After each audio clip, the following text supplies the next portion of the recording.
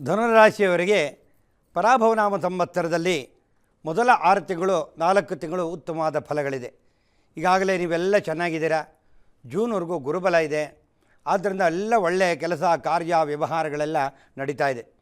3ನೇ ಮನೆಯಲ್ಲಿ ರಾಹು ಕೂತಿದ್ದಾನೆ.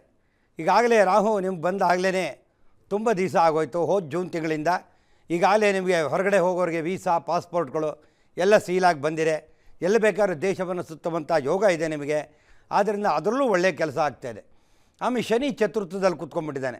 ಆದ್ದರಿಂದ ಸ್ವಲ್ಪ ಹಿಂಸೆ, ಏನಾದರೂ ಮನೆಯಲ್ಲಿ ಕಲಹಗಳು, ಮನೆಗೆ ಅಡ್ವಾನ್ಸ್ ಕೊಟ್ಟಂಥ ಅದು ಕುಂಠಿತ ಆಗ್ತಾರೆ, ರಿಜಿಸ್ಟ್ರೇಷನ್ ಆಗ್ತಾ ಇರಲ್ಲ, ತಾಯಿಗೆ ಅನಾರೋಗ್ಯಗಳು, ಇವೆಲ್ಲವೂ ಮನೆ ಅಕ್ಕಪಕ್ಕ ದಾಯಬಾಧೆಗಳಿಂದ ತೊಂದರೆಗಳು ಇವೆಲ್ಲ ಅನುಭವಿಸ್ತಾ ಇದ್ದೀರಾ.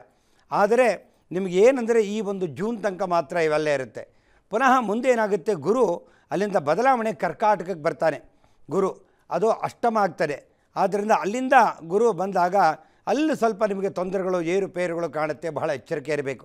ಆಗ ಗಣಪತಿಗೆ ವಿಶೇಷವಾದಂಥ ನೀವು ಒಂದು ಅಥರ್ವ ಶೀರ್ಷಾಭಿಷೇಕ ಗಣಹೋಮಾದಿಗಳು ಗಣಪತಿ ಪ್ರಾರ್ಥನೆ ಮಾಡಬೇಕು. ಕರ್ಕಾಟಕದಲ್ಲೇ ಬಂದು ಕೇತು ಕೂತ್ಕೋತಾನೆ. ಆದ್ದರಿಂದ ಹೃದಯಕ್ಕೆ ಸಂಬಂಧಪಟ್ಟಂಥ ದೋಷಗಳು ಎಲ್ಲ ಕಾಣಬಹುದು. ಅಥವಾ ಯಾವುದಾದ್ರು ತಾಯಿ ಮನೆಗೆ ಸಂಬಂಧಪಟ್ಟಂಥ ಪ್ರೇತಾತ್ಮಗಳು ಅದು ಊಟ ಕೊಡುವಂಥ ತೊಂದರೆ ಕೊಡ್ಬೋದು.